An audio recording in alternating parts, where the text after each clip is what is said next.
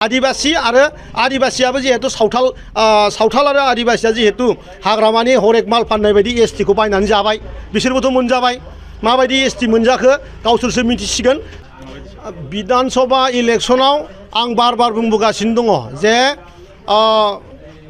बिटिआरनि 15 सीटआव मुसलमाना गिदिर मोनसे फेक्टर रल लागोन।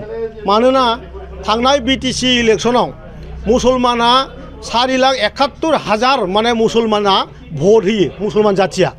दा बे 4,71,000 भितराव 4 लाख मुसलमानानो माने हाग्रामा महिलारि बिथांनो भोट होदों माने बिपिएफनो होदों। दा बेवहाय आदिवासी आरो सावथालनिबो मोनसे एसे फेक्टर थादेरगोन। आदिवासी आरो सावथाला 2,16,000 मानसि दङ आरो बेनिनो 1,60,000 बा 65,000 माने आदिवासी आरो सावथाला ज' माने हाग्रामानो भोट होदों। दा जुदि मोननैखौ लोगो लायोबा बिसोरनो 6 लाखखा।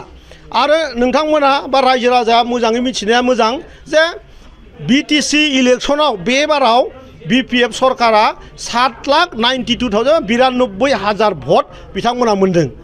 7,92,000 बिनिनो 7 लाख भोटआनो माने सावथाल आदिवासी आरो मुसलमाननि। बिनि राजबंशी थाबाय बेंगली थाबाय बिहारी थाबाय अन्य जनगोष्ठीनि हयथ' 50,60,000 भोट बिथांमोना मोनदों। बेवहाय सिदा खोथाखा बर' जाथिया माने बिपिएफ दोलोजों सासेबो गैया होनबाबो भुल जाया। खारन बिपिएफ होनबा दिनै मुसलमाननिसो दोलो आरो बिपिएफ होनोबा दिनै आदिवासीफोरनिसो दोलो। बेखायनो आं आसा खालामदों दानि थासारि आरो मिथिंगानि जि थिननाय दानि जि माने गाबखांनाय मोनसे परिबेस बेयो सानदों जोंनि फेभाराव गोबां फैगोन।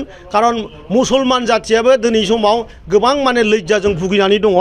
बै लैज्जानि फिथाइया आदिवासी आरो आदिवासियाबो जिहेतु सावथाल आरो आदिवासिया जिहेतु हाग्रामानि हरेक माल फाननाय बायदि एसटिखौ बायनानै जाबाय बिसोरबोथ' मोनजाबाय माबायदि एसटि मोनजाखो गावसोरसो मिथिसिगोन। ओंखायनो बे बारनि 2015 विधान सभा इलेक्शननि 15टा सीटनि जारिमिनखौ आदिवासी सावथाल आरो मुसलमानासो लिरगोन। बेवहाय बिपिएफआबो लिरनो हाया बेखौ इउपिपिएलआबो लिरनो हाया।